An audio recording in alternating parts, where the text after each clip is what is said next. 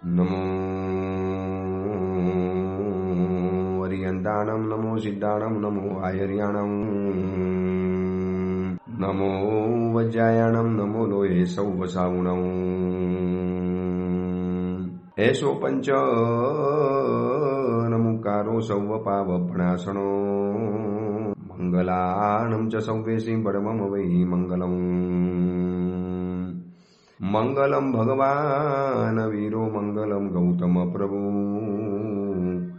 મંગલમ સ્થૂલભદ્રાદ્યા જૈન ધર્મો સુમંગલમ. પ્રવચનનો વિષય છે માર્ગ ભૂલેલા જીવન પથિકોની પ્રતિબોધ કથા.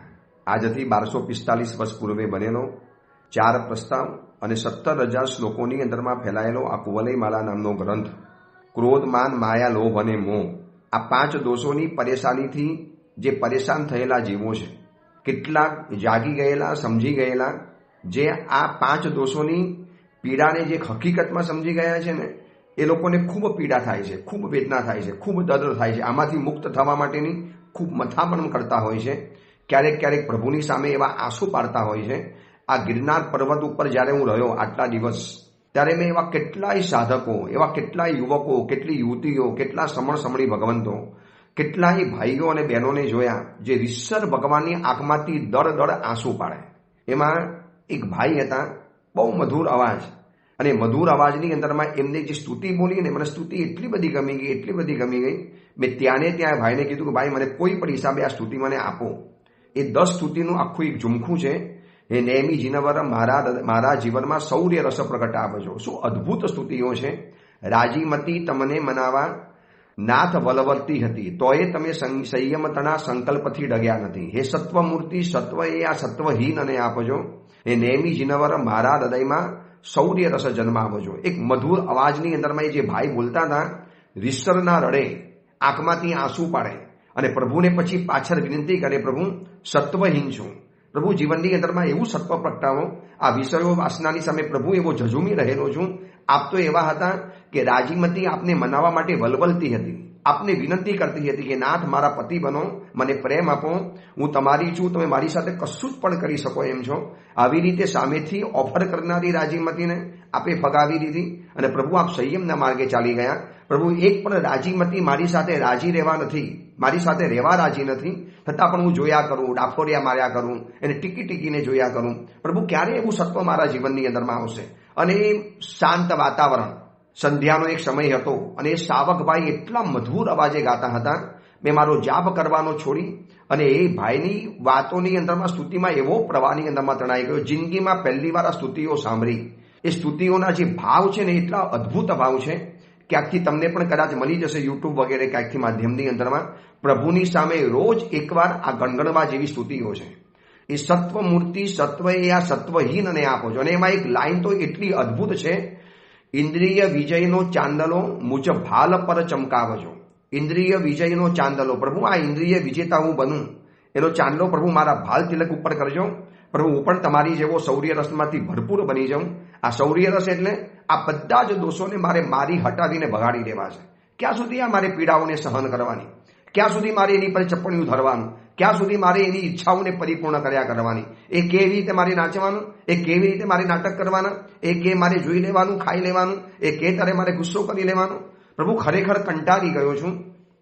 આ ઉપરની અંદરમાં આવા જાગી ગયેલા જીવોની પીડા જોઈ, હકીકતમાં પીડા જોઈ. મેં પણ પ્રભુની સામે બહુ પીડા વ્યક્ત કરી. પ્રભુ આપ ઇન્દ્રિય વિજેતા છો, સત્વ શિરોમણી છો. પ્રભુ આપે રાજીમતીનો 9 ભવના પ્રેમને ફગાવી દીધો છે. પ્રભુ અમને પણ એવી તાકાત આપો, અમે પણ આવું કંઈક જીવનમાં કરી દઈએ. એ નેમી જીનવર, મારા હૃદયમાં શૌર્ય રસ જન્મ આવજો. પ્રભુ મારા હૃદયમાં પણ શૌર્ય રસનો જન્મ આપો. પ્રભુ મને પણ બહુ જરૂરી છે. મારે પણ આ સંસારમાંથી આવી રીતે ક્રોધ, માન, માયા, લોભ, મોહને જીતી લેવા છે. હવે જે જાગી ગયા છે એની તો પીડા ખરેખર છે. આવા તીર્થ સ્થળની અંદરમાં જ્યારે જઈએ, હું જ્યારે પણ આટલા દિવસ ઉપર રહ્યો અને જ્યારે પણ યાત્રા કરવા જાઉં, ત્યારે આવા કોઈ એકાદ ભાવિક, સાવક, સાવિકા, સાધુ, સાધ્વીજી ભગવાન, કોઈ એવા યુવા અને યુવતી એવા પરમાત્માની આંખમાંથી આંખ મિલાવે, આખી દુનિયા ભૂલી જાય, આજુબાજુની અંદરમાં કોણ છે. અને ધીરે અવાજ, એમાં એક સાવક ભાઈ તો હતા, નવયુવાન સાવક, અને પ્રભુની સામે ધીરે ધીરે અવાજે જે સંવેદના વ્યક્ત કરતા હતા ને, બાજુમાં બેસીને સંભળાતી હતી, મારી પાછળ બેઠેલા હતા, પણ એટલી નીરવ શાંતિ છે દાદાના દરબારની અંદરમાં. પબ્લિક અને પોલ્યુશનથી દૂર આ ગિરનાર છે, કોઈ જ પણ જાતનો અવાજ નહીં. અને એ સંધ્યાના સમયની આરતી પહેલા, જ્યારે બધા યાત્રિકો લગભગ નીચે ઉતરી ગયા હોય અને 2, 2:30, 3 વાગ્યાનો સમય હોય, પ્રભુના જિનાલયની અંદરમાં સન્નાટો છવાયેલો હોય, એવા વિશાલકાય પરમાત્મા સામે બિરાજમાન થયેલા હોય અને પ્રભુની સામે જે ધીરી ધીરી સંવેદના વ્યક્ત કરે, આ જ સંવેદનાઓ હતી. પ્રભુ ક્યારે આ છુટકારો થશે આ બધામાંથી? ક્યાં સુધી પ્રભુ આ બધી ચક્કરમાં મારે ચાલ્યા કરવાનું?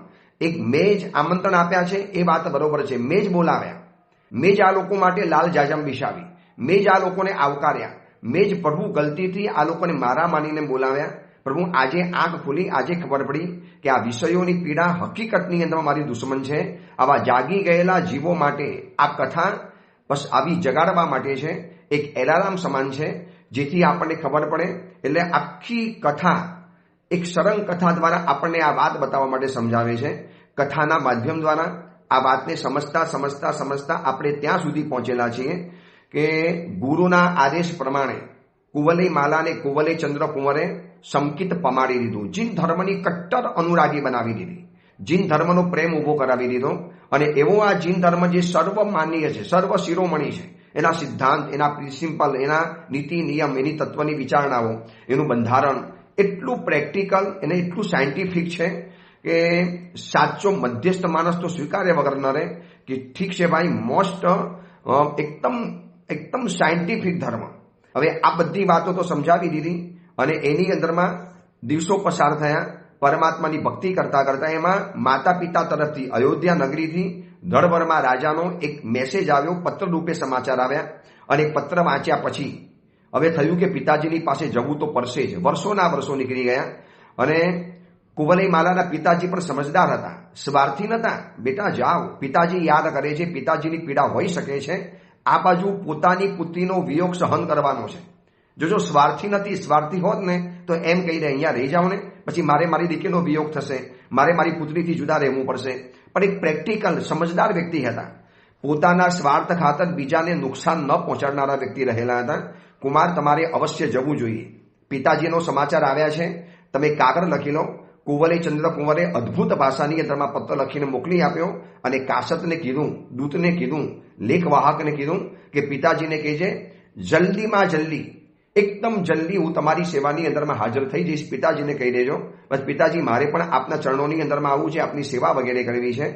કાસત તો ગયો અને આ બાજુ તૈયારી શરૂ કરી દીધી. છેક દૂર દેશની અંદરમાં જવાનું છે. હવે તો એકલા નથી જવાનું, સાથે કુવલય માલા છે, મહેન્દ્ર કુંવર છે અને રાજા જેટલો કરિયાવર આપશે, જેટલી ભેટ સોગાદો આપશે, હાથી ઘોડા વગેરે આપશે, આ બધું લઈને જવાનું છે. છેક પૂર્વ દિશાની અંદરમાં પહોંચાડી શકાય એવું એક મજબૂત વહાણ તૈયાર કરો. રાજાએ ફટાફટ અધિકારીઓ અને સેવકોને બોલાવી લીધા.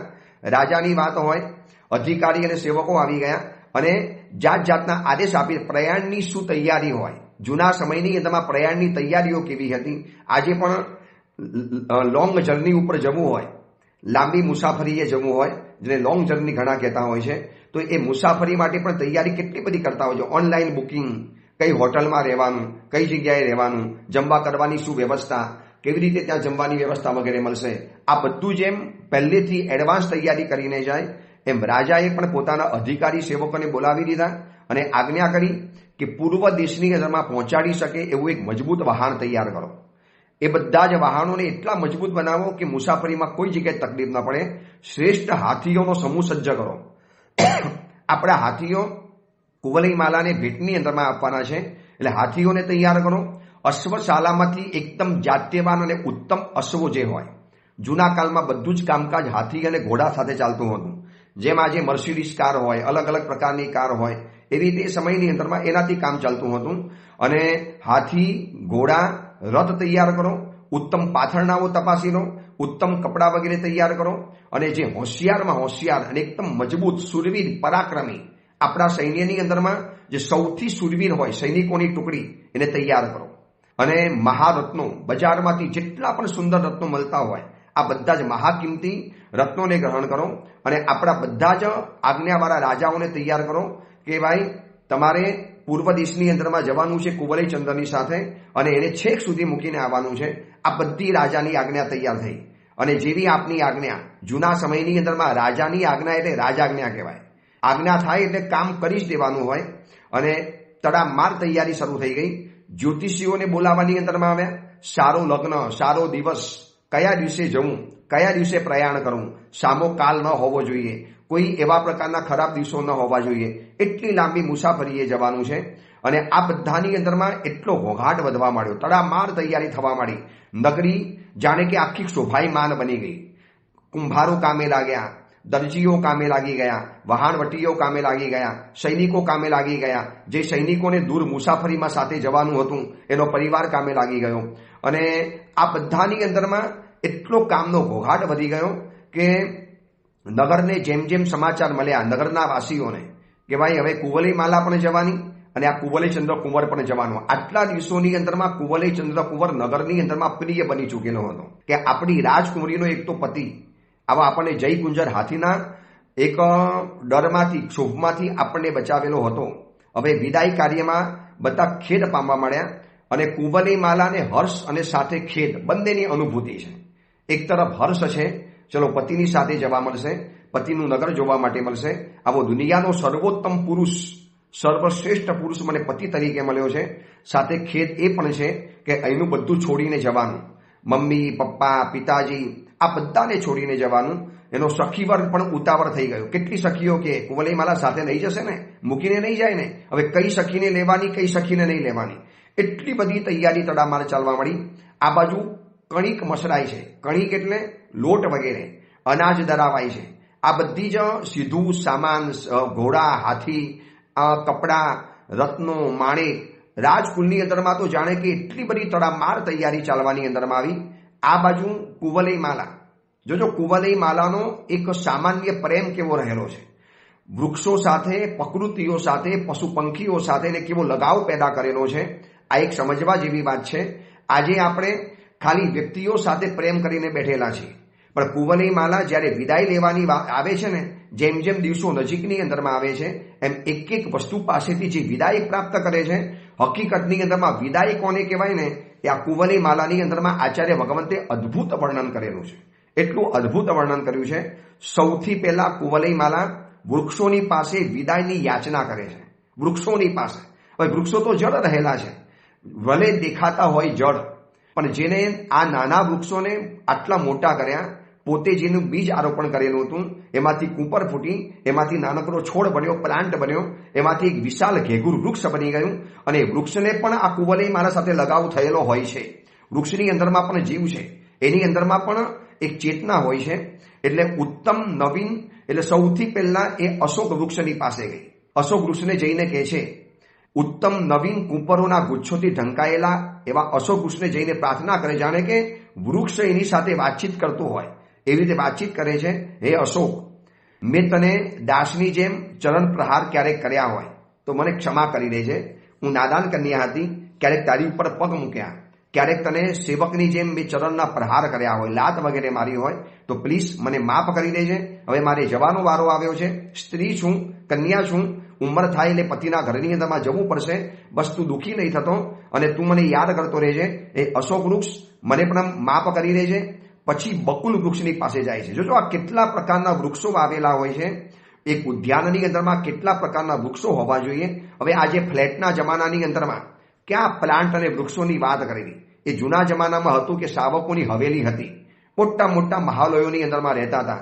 અને આવા અંદરમાં વાવડી પણ હોય, વૃક્ષો પણ વાવેલા હોય, પોતાનું એક નાનકડું ઉદ્યાન પણ હોય, ઉદ્યાનમાં એક સરસ મજાનું જિનાલય પણ બનાવેલું હોય.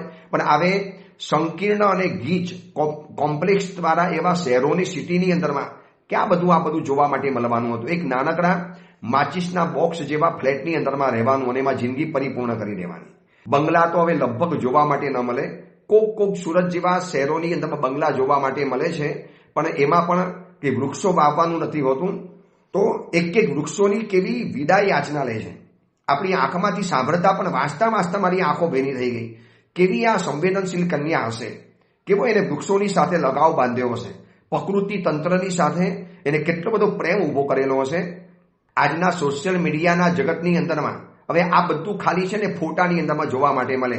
મોબાઈલમાં જળનું જોઈ લેવાનું, મોબાઈલમાં જંગલ જોઈ લેવાનું, મોબાઈલની અંદરમાં ફોરેસ્ટ જોઈ લેવાનું, મોબાઈલની અંદરમાં જ બધી પ્રકૃતિ જોઈ લેવાની. એટલે કુદરતી પ્રકૃતિ જોવા જ નથી મળતી. એસી ચેમ્બરમાં બેસવાનું, બારી બારના સજ્જડ બંધ થયેલા હોય, એટલા ભીડાયેલા હોય. ઘણી વખત તો ચોમાસું કરતો હોઉં છું ને તો 4 મહિના એક જગ્યાએ રહીએ. આજુબાજુની અંદરમાં એટલા બધા ફ્લેટો હોય, ઘણી વાર તો એમ લાગે કે કેટલાય દિવસોથી આ ફ્લેટના બારી બારણા નથી ખોલ્યા. બારણા કદાચ ખુલતા છે ખબર ના પડે, પણ બારીઓ જોવા મળી નથી, ખુલેલી બારી. એમ થાય કે આ લોકો ઘરમાં બારી વગર કેવી રીતે રહી શકતા હશે? ન સૂર્ય દેખાય, ન ચંદ્ર દેખાય, ન આકાશ દેખાય. આ ગિરનાર પર્વત ઉપર જે 9 દિવસ રહ્યા અને એમાં જે પ્રકૃતિનું જે તંત્ર માન્યું, પ્રકૃતિનો જે આનંદ લૂંટ્યો, ગરબો ગિરિરાજ, એની ઉપર લહેરાતા વૃક્ષો, એમાં શેષાવનની અંદરમાં જાઓ, નેમનાર ભગવંતની જે દીક્ષા અને કેવળ જ્ઞાનની જે ભૂમિ રહેલી છે, એટલા બધા ઘેઘુર વૃક્ષો રહેલા છે. અને એમાં રાતના સમયની અંદરમાં ચાંદની ખીલે અને આકાશની અંદરમાં જે તારા ટમટમતા દેખાય. એક વખત એ માટે તમારે ગિરનાર પર્વત ઉપર રાત રહેવું પડે તો ખબર પડે કે શું પ્રકૃતિનો નજારો રહેલો છે. આ પ્રકૃતિ સાથેનો પ્રેમ લગભગ ભૂલાઈ ગયો. બસ એક મીડિયાની સાથેના એવા તાર જોડાઈ ગયા ને, દિવસ રાત મોબાઈલમાંથી ઊંચું મોડું નીકળે નહીં. આખો દિવસ માથું ઝૂકેલું હોય, મોબાઈલની અંદરમાં મોડું નાખેલું હોય અને પછી રીલ્સ જોયા કરવાની, ઇન્સ્ટાગ્રામને સર્ચ કર્યા કરવાનું, ફેસબુકની અંદરમાં કાંઈ પણ ડાઉનલોડ અપલોડ કર્યા કરવાના, વિડીયો નાખ્યા કરવાના. જિંદગીમાં બસ આ સિવાય જાણે કશું જ કામ નથી. કુદરતની પણ એક મોટી શાલા છે.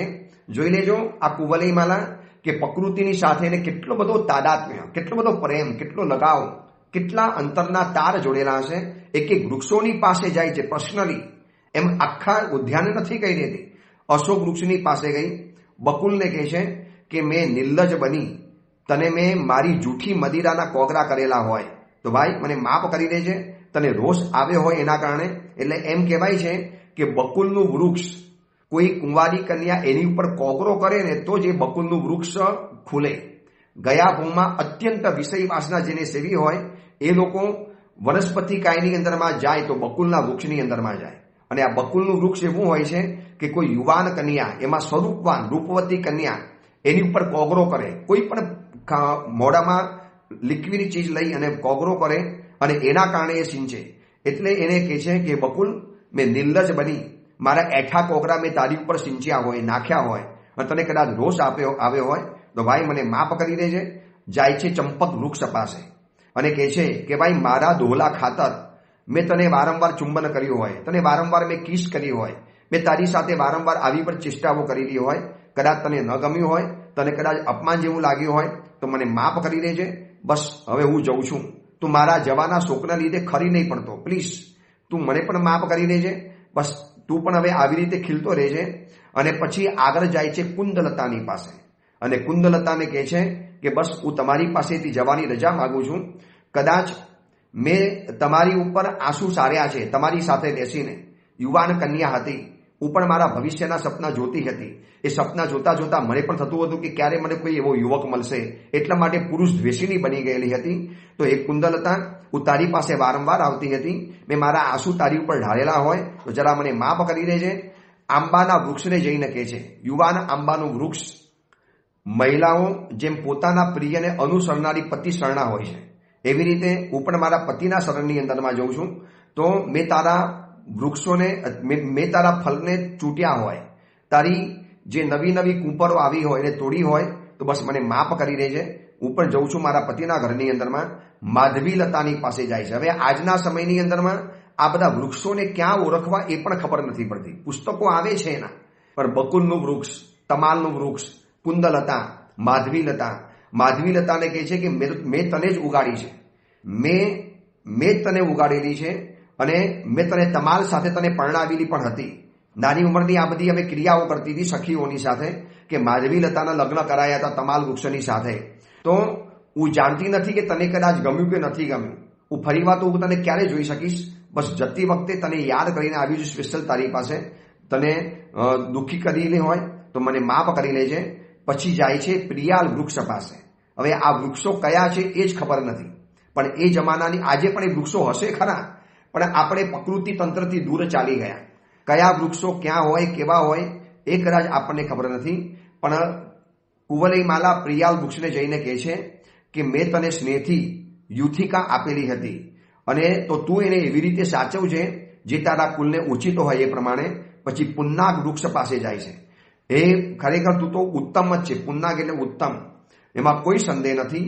અને સ્વયંવરને દેનારી માધવીલતાની સાથે તારા પણ મેં લગ્ન કરાવેલા હતા. બસ તું મને માફ કરી લેજે. હે નાગ વૃક્ષ, મેં તને પણ કુંદલતાનો સ્પર્શ ન કર આવું કહીને મેં તને વારંવાર અડકાવેલું હતું. હું પણ તારી મજાક કરતો હતો કે તું પણ કુંદલતાને કેમ અડે છે, કુંદલતાનો કેમ સ્પર્શ કરે છે, એમ કહીને મેં તને ઘણીવાર અડકાવ્યું છે. બસ મારા આ દુર્વચનોથી તને દુઃખ થયું હોય તો મને માફ કરી લેજે. કેટલી સંવેદનશીલ આ કન્યા છે, કેટલી સેન્સિટિવ આ કન્યા છે, કેટલો એનો સ્વભાવની અંદરમાં દયા ઠાસી ઠાસીને ભરેલી છે કે જતી વખતે વૃક્ષોની પણ માફી માંગવા તૈયાર છે. આ વિવેચન આચાર્ય ભગવાન આપણને બતાવીને આપણને પણ કહે છે કે પ્રકૃતિની સાથે આવો લગાવ પેદા થયેલો હોવો જોઈએ. બિનજરૂરી શું કામ વૃક્ષોને હેરાન કરવાના, બિનજરૂરી શું કામ લોન ઉપર ચાલવાનું. આજે બગીચાની અંદરમાં ચાલવા માટે લોકો નીકળે, લોન ઉપર ચાલે કેમ? તો કે ડોક્ટરે કીધું છે લોન ઉપર 15-20 મિનિટ ચાલો ને તમારા આંખોનું તેજ વધે. ભાઈ, આપણી આંખોનું તેજ વધારવા માટે એ લોકોની જિંદગીને ખતમ કરી લેવાની, જિંદગીને બરબાદ કરી લેવાની. આપણા 50, 60, 70, 80 કિલોના પગ, આખું શરીરનું વજન એ કુમળા ઘાસ ઉપર પડે અને લોન ઉપર ચાલે. અરે હવે તો દુઃખની બાબત એ છે કે સારા સારા જૈન પરિવારોના લગ્નો પણ હવે લોન ઉપર થવાની અંદરમાં આવ્યા. મોટા મોટા રિસોર્ટની અંદરમાં જાય અને લોન ઉપર લગ્ન થાય. ભારે ભરખમ બૂટ પહેરેલા હોય અને એમાં 50, 60, 100, 90 કિલોના ભારે ભરખમ શરીરવાળા વ્યક્તિઓ બૂટ ચંપલ પહેરી અને લોન ઉપર ચાલે અને આખા લોનને કચડી મારે.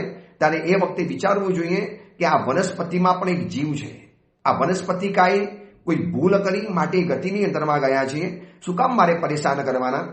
એટલે આ પ્રવચન સાંભળનારા વ્યક્તિઓને ખાસ કહું છું કે જ્યારે લોન ઉપરના લગ્ન હોય ને, ખુમારી ભેર ના પાડી દેવાની કે નથી આવતા. તમારી લગ્નની જે વિધિ ચાંદલો વાંદલો હોય લઈ લો. આવા લોન ઉપર લગ્ન હશે ને અમે નહીં જઈએ, નથી આવતા, હિંમતભેર ના પાડી દેવાની. અને તમારા ઘરમાં લગ્નનો પ્રસંગ આવે તો આવી વિરાધના નહીં કરવાની. આ કુવલયમાલા ગ્રંથ આપણને સમજાવે છે કે જ્યારે કુવલયમાલા વિદાય વખતે વૃક્ષોની પાસેથી વિદાય યાચના લે છે. એક એક વૃક્ષોને જઈને લડીને માફી માગે છે, સમજાવે છે, પોતાના ગુના કબૂલ કરે છે. એની સાથે પોતે કેવો પ્રેમ બાંધેલો છે, તાદાત્મ્ય બાંધ્યું છે, એ આખી વાતો રજૂ કરી અને આપણને કહે છે કે પ્રકૃતિની સાથે પણ પ્રેમ હોવો જોઈએ. પછી કદમ વૃક્ષ, હિંતાલ વૃક્ષને જઈને કહે છે, હિંતાલ કે નવીન કુપરોથી નખના અગ્રભાગ ઉપર કદાચ મેં તને સ્પર્શ કર્યો હોય ને મારા નખના અગ્રભાગ તને વાગ્યા હોય તો હે હિંતાલ વૃક્ષ મને માફ કરી દે છે. પછી કદમ વૃક્ષને કહે છે કે તારો આશ્રય લેનારા આ બિચારા પાટલા વૃક્ષનું બરોબર પાલન કરજે. આ તારી નીચે પાટલ વૃક્ષ ઉગેલું છે. સજ્જન પુરુષો અંગીકાર કરેલી વ્યક્તિઓને ક્યારે છોડતા નથી, તો તું પણ એનું સંભાળ રાખજે. ચંપક વૃક્ષને કહે છે કે આ બંદૂક વૃક્ષ ઉપર જે લાલ પુષ્પ દેખાતું નથી ને તો ઉતાવળ નહીં કરતો, એને શાંતિથી ખીલવા દેજે. આવી બધી જાણે કે એક વ્યક્તિની સાથે વાતચીત કરતી હોય એવી રીતે એક એક વૃક્ષોની સાથે, લતાઓની સાથે, વેલડીઓની સાથે છેલ્લે વાત કરે છે પ્રિયંકુ લતિકા સાથે અને કહે છે કે બસ જઈ રહેલી છું. મેં તમને મારા એક ભાઈ બહેનની જેમ, સખીની જેમ મેં તમને બધાને સિંચ્યા, મોટા કર્યા. બસ આ બધો લગાવ છે અને હવે મારો જવાનો વારો આવ્યો છે. તમે તમારી રીતે મજેથી રહેજો, તમે તમારી રીતે રહેજો. અને છેલ્લે લાઈન લખે છે કુવલયમાલા ગ્રંથની અંદરમાં પદ્યોતન સુરી મહારાજ કે કેટલાય લાંબા કાળના પરિચિત વૃક્ષોની ક્ષમા માગતી નયનમાંથી ઊના આંસુઓની સાથે કુવલયમાલા પણ હિપકે રડવા મળી. બાજુમાં કુવલયચંદ્ર કુંવર ઉભો છે ને પોતાની પત્નીની આવી મનોદશા તો કહી શકતો હતો ને, શું આ નાટક કરે છે, શું આવા ઘેલછા વેડા કરે છે કે વૃક્ષ સાથે વાત થતી હશે કે વૃક્ષ તારા માટે રોવાના હતા. પણ કુવલયચંદ્ર કુંવર સમજે છે કે જેને વૃક્ષોને મોટા કર્યા છે, નાની ઉંમરથી જે પ્રકૃતિની સાથે રમેલી છે, એને આવી પીડા થાય સહજ છે. બહુ પ્રેમથી હરવા હાથે પ્રેમાર પીઠ ઉપર સ્પર્શ કરે છે અને હરવા આલિંગન આપીને કહે છે રોતી નહીં, આપણે પણ આવા જ વૃક્ષો આપણા નગરની અંદરમાં વાવીશું.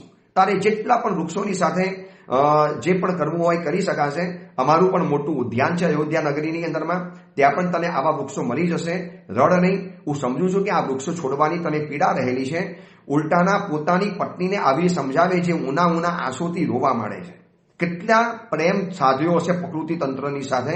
અને આપણને ક્યારેક વિચાર આવે છે કે બિનજરૂરી જમીન ખાતા, બિનજરૂરી લીલોતરીને ખાતા, બિનજરૂરી ઘરની અંદરમાં ફર્નિચરો બનાવતા, ફર્નિચર એટલા માટે ઓછું બનાવવાનું છે કે આ વૃક્ષોનો ખાત્મો બોલાઈ જાય છે. તો દરેક સંવેદનશીલ વ્યક્તિ સમજી શકે છે કે જેટલા ફર્નિચર વધારે બનાવીશ એટલા વૃક્ષોનો ખાત્મો બોલાવાનો, એટલા વૃક્ષો ખતમ થવાના, અને એ વૃક્ષો ખતમ થશે તો એના કારણે આ પ્રકૃતિનું તંત્ર પણ આખું ખતમ થઈ જવાનું. આ એક સંવેદનશીલ વ્યક્તિ હોય ને એ જેના દુઃખોને સમજી શકે. હવે જેમ એને વૃક્ષોની પાસે વિદાય યાચના કરીને હવે એને પોતાના પાલતુ પશુ અને પક્ષીઓ જે હતા એની સાથે પણ કેવો પ્રેમ ઉભો કર્યો છે. આ વિવેચન એટલા માટે કરું છું કે આપણને પણ સમજાય કે કોની સાથે કેવી રીતે પ્રેમ ઉભો કરવો. અને આ તંત્ર સાથે પ્રેમ ઉભો કરેલો હશે ને તો માનવીઓ સાથે પ્રેમ તો આપોઆપ ઉભો થઈ જવાનો. આ કુંવલી માલા પોતાના ઉદ્યાનની અંદરમાં રહેલા એક એક પંખીઓને જાણે છે. એક એક પંખીઓને એનાથી પ્રેમ છે, કોઈ ડરતા નથી. પંખીઓ બધા ભેગા થઈ ગયા છે અને સખી વર્ગ એને સમજાવીને રાજભવનમાં પાછી લઈ આવી. વળી પાછી બીજા દિવસે પોતાના ઘર બગીચાની અંદરમાં ઉદ્યાનમાં રહેલા જે ગૃહ પક્ષીઓ પશુઓને જોયા. વળી પાછી કહેવા લાગી, એક નાનકડી મૃગલીને એને પારેલી હતી, જંગલમાંથી લાવેલી હતી, એની સાથે એટલી બધી હરી મળી ગયેલી છે. આમ હરણ છે ને માણસને જોઈને સીધો ભાગી જાય, પરંતુ આ હરણી કુંવલી માલાના કંઠ ઉપર એના ગળા ઉપર મોઢું રાખીને આરામથી બેસે અને મૃગલીને પંપારતી કહે છે કે બસ હવે હું જવાની છું, તું મારા વગર જીવવાનું શક્ય રાખજે. કદાચ ન જીવી શકતી હોય તો ચિંતા નહીં કરતી, હું પણ તને મારી સાથે લઈ જવાની રજા માગી લઈશ રાજા પિતાજી પાસેથી, હું પણ તને લઈ જઈશ. જાણે કે મૃગલી પણ સમજી ગઈ હોય કે બસ હવે આ કુંવલી માલા જવાની છે. એના કંઠ ઉપર એના ખભા ઉપર માથું રાખી, પોતાનું લાંબુ માથું રાખી અને એને ચાટે છે, પ્રેમ કરે છે. આટલું ભોરું પ્રાણી. અને યાદ રાખજો, પ્રાણી પ્રેમનો ચાહક છે. અમે અત્યારે આ ગિરનારની અંદરમાં છીએ ને, ગિરનારની અંદરમાં કેટલાય એવા જંગલમાં રહેનારા વ્યક્તિઓને બોલાવ્યા એક જાણવા માટે. હું તમે લોકો જંગલમાં રહો છો, આવી ઝૂંપડીઓ બાંધીને ખેતરમાં જાઓ છો, રાતના 1 વાગે 2 વાગે જાઓ, પશુનો ડર નથી લાગતો? એ લોકોએ જે એની ભાષામાં જે વાત કરીને કે બાપુ અમે તમને શું વાત કરીએ, દરેક પ્રાણી સમજે છે કે આપણને ચાહનારો કોણ છે, મારનારો કોણ છે, ને આપણને પરેશાન કરનારો કોણ છે. બાપુ અમારી બાજુમાંથી સિંહ દીપડા પસાર થઈ જાય પણ કોઈ પરેશાન નથી કરતા, અને અમને ખબર પડી જાય એની ભાષા ઉપરથી, એની શરીરની બોડી લેંગ્વેજ ઉપરથી. એમાંથી એક જણાએ બહુ એટલી મજાની વાત બતાવી કે સાહેબ એની જે પૂંછડી છે ને જો જમીન સાથે લાગેલી હોય તો માની લેવાનું કે આ સિંહ એની બાજુમાંથી પસાર થાવ ને તો પણ કશું જ નહીં કરે. એ જ્યારે શિકારની તૈયારી કરે ને એ પાછળથી પૂંછડું ઊંચું કરીને થોડું ગોળ વારી લે, ગોળ એનો વરાંગ આપે, એટલે સમજી લેવાનું કે બસ હવે શિકાર માટે નીકળેલો છે, શિકાર કરવા તૈયાર થવાનો છે. બસ એ સમય અમે સાચવી લઈએ. બાપુ કોઈ આપણે જીવને પરેશાન કરીએ તો અમને પરેશાન કરે. અને આ ગિરનાર પર્વત ઉપર આ સુધીમાં લાખો યાત્રિકો આવી ગયા, લાખોના લાખો યાત્રિકો આવી ગયા. એક પણ દિવસ રાતના 12 વાગે પણ લોકો ઉપર જાય છે, ઉપરની ટૂંકની અંદરમાં. આપણા તો દેરાસરો બંધ થઈ ગયા હોય, પણ અજૈન વ્યક્તિઓ રાતના 10 વાગે 11 વાગે 12 વાગે 2 વાગે 2:30 અને 3 વાગે ઉપર ચડનારા જોયા છે ભર જંગલોની અંદરમાં. પણ આ સુધીની અંદરમાં એક પણ હિંસક જાનવરે આ યાત્રિકો ઉપર હુમલો નથી કર્યો. પશુ પંખીઓ પણ પ્રેમાર હોય છે, પ્રેમના ઝંખે છે, એને પણ એક સંજ્ઞા હોય છે, એને પણ ખબર છે કે મારી ઉપર હુમલો કરનારા કોણ છે, મને પરેશાન કરનારા કોણ છે. એટલે આ મૃગલી પણ સમજી ગઈ કે બસ આ મારી સખી જવાની છે. એને જે પ્રેમ આપેલો હશે ને પશુ પંખીઓને, પછી જાય છે પોતાના ઘરની અંદરમાં રહેલી સારસી પંખી પાસે. સારસ અને સારસીની જોડલી હોય અને એને કહે છે કે હું તને કેમ છોડીને જાઉં, તું તો મારી અતિ પ્રિય સખી જેવી છે, પણ તને ખબર છે ને કે તું પણ તારા સારસની જોડીની સાથે તું કેવા પ્રેમથી રહે છે. મને પણ મારો સારસ મળી ગયો છે એટલે મારે પણ જવું પડશે. બસ તું મજાની અંદરમાં રહે છે, તને અહીંયા કોઈ પણ પરેશાન નહીં કરે મારા વગર. પછી ઢેલ પાસે જાય છે, મોરની જે ફિમેલ કહેવાય ઢેલ. ઢેલને કહે છે કે સુંદર પીછાને ધારણ કરનારો કોઈ બીજો મોર તને આવી જશે, તને એની સાથે લગ્ન કરાવી દઈશ, કારણ કે મેં પણ મારા લગ્ન કરી દીધા છે, હવે હું પણ જઉં છું. બસ જરા ધીરજ રાખજે અને કોઈ વિરસ શબ્દ નહીં બોલતી અને પ્રેમથી આ જ ભવનની અંદરમાં રહે છે. કોઈ તારી મસ્કરી નહીં કરે, કોઈ તને પરેશાન નહીં કરે. પછી હંસીની પાસે જાય છે, હંસલી પાસે, અને હાસ્ય અને ચંદ્ર જેવા ઉજ્જવલ એવા તારા પતિ હંસને કહી દે છે કે સુખ દુઃખની અંદરમાં હવે તમે બંને સાથે રહેજો, હવે હું તારા સુખ દુઃખની અંદરમાં વચ્ચે નથી આવવાની, કારણ કે હું પણ મારી જિંદગીની અંદરમાં મારા પતિની સાથે જઉં છું. આ બધું ચક્રવાકી પંખી પાસે ગઈ કે તમે બંને જણા કેવા પ્રેમ કરો છો એકબીજાને, સાંજના સમયમાં વિખૂટા પડી જાઓ. આપણે સાંભળ્યું હશે ને તરંગવતીના ચરિત્રની અંદરમાં કે તરંગવતી એક ભવની અંદરમાં ચક્રવાક અને ચક્રવાકીની જોડલી હતી, અને પોતાના ચક્રવાક મરી ગયા પછી એ તરંગવતી જે ચક્રવાકીના ભવની અંદરમાં હતી કેવા માથા પછાડીને મરી ગઈ. તો ચક્રવાકીને કહે છે કે પતિના વિયોગના સમયમાં તું મારી પાસે રાત્રિ પસાર કરવા માટે આવતી હતી, હવે તું કોની પાસે જઈશ? તું તારો વિયોગ કેવી રીતે સહન કરીશ? આખી રાતનો તારો વિયોગ, પણ ચિંતા નહીં કરતી, મારી દાસીઓને કહીને જઈશ, એ પણ તને સંભાળી રહેશે. ચકોરી પક્ષી પાસેને જાય છે અને પ્રિયતમાના વિયોગની અંદર વિષમાંથી તું ચનોટી જેવા લાલ લાલ તારી આંખો થતી હતી, પણ તું અહીંયા રહેજે, હું પણ મારા પ્રિયની સાથે જઉં છું. પછી પોપટીની પાસે, પોપટી, હંસલી, ચક્રવાકી, સારસી આ બધા જ પંખીઓને પોતાના ઘરમાં ઉદ્યાનની અંદરમાં રાખેલા, કોઈ પાંજરામાં નતા પૂર્યા, પોતાના ઉદ્યાનમાં એટલો બધો પ્રેમ આપતી હતી. છેલ્લે જાય છે સારિકા પાસે અને કહે છે તે પણ પતિ સંબંધી બેચરીનો વૃત્તાંત મારી પાસે પ્રગટ કરેલો હતો, બસ હું પણ મારા પતિની સાથે જઈ રહી છું. આવી રીતે મેના, ઢેલ, મૃગલી, સારકી, ચક્રવાકી, સારસી, ચકોરી આ બધાની સાથે જે રીતે વાતોચીતો કરી અને જે રીતે વિદાય લઈ રહેલી છે, આ બાજુ સર્વ વૃક્ષો પાસે, દરેક વ્યક્તિઓ પાસે, પોતાના મહેલની અંદરમાં રહેલી એક એક દાસીઓ પાસે, એક એક ધાવ માતાઓ પાસે, નગરની અંદરમાં રહેલા દરેક પુરુષોની પાસે બધાને કહે છે બસ જઈ રહેલી છું, માફ કરજો. અને આ રીતે વિદાયની અદ્ભુત તૈયારી ચાલે છે. હજી તો વિદાયની તૈયારીની એટલી મજાની વાતો બતાવી છે કે વિદાય વખતે શું સુકન જોવાના, વિદાય વખતે કેવા પરિસ્થિતિ સર્જાય છે. બંને જણા જ્યારે નગરમાંથી બહાર નીકળે છે, એક ભવ્ય શોભાયાત્રા જ્યારે બહાર નીકળે છે, આ તો વિદાય યાત્રા છે, પણ નગરમાં જે ચર્ચા ચાલે છે, અદ્ભુત વર્ણન કરનારા પદ્યોતન સુરી મહારાજ. હવે બાકી બચે એમનું વર્ણન હોય અને આવા સરસ મજાના પાત્ર હોય, એમાંથી આપણે પણ જાણવું છે કે જે જગ્યાએ રહ્યા છીએ એ જગ્યાએ કેવું સ્વર્ગ અને પ્રેમ ઊભો કરવો પડે. ઘણા લોકો પૂછે કે સાહેબ મરીને સ્વર્ગમાં જશું કે નહીં જઈએ? હું એ લોકોને એક જ કહું છું, જે જીવતા અહીંયા સ્વર્ગ ઊભો કરે છે એને જ મર્યા પછી સ્વર્ગ મળે છે. જીવતા નરક ઊભી કરી તો મર્યા પછી સ્વર્ગની અંદરમાં જવું છે, તો અહીંયા સ્વર્ગ ઊભું કરો ને બાબા. જીવતા જે નરક ઊભી કરે અને મર્યા પછી સ્વર્ગની અપેક્ષા રાખવાની. જ્યાં છો ત્યાં સ્વર્ગ ઊભું કરો, તમારે સ્વર્ગમાં જવાની જરૂર જ નહીં પડે અને સ્વર્ગ તમને આપોઆપ બોલાવી લેશે. ચલો એ અંગેની બીજી મહત્વની વાત આપણે આવતીકાલે કરીશું. એ જ મંગલ કામના મંગલ ભાવના. જીનાગના વિરુદ્ધ કાંઈ પણ બોલાયું હોય તો મિચ્છામી દુક્કડમ.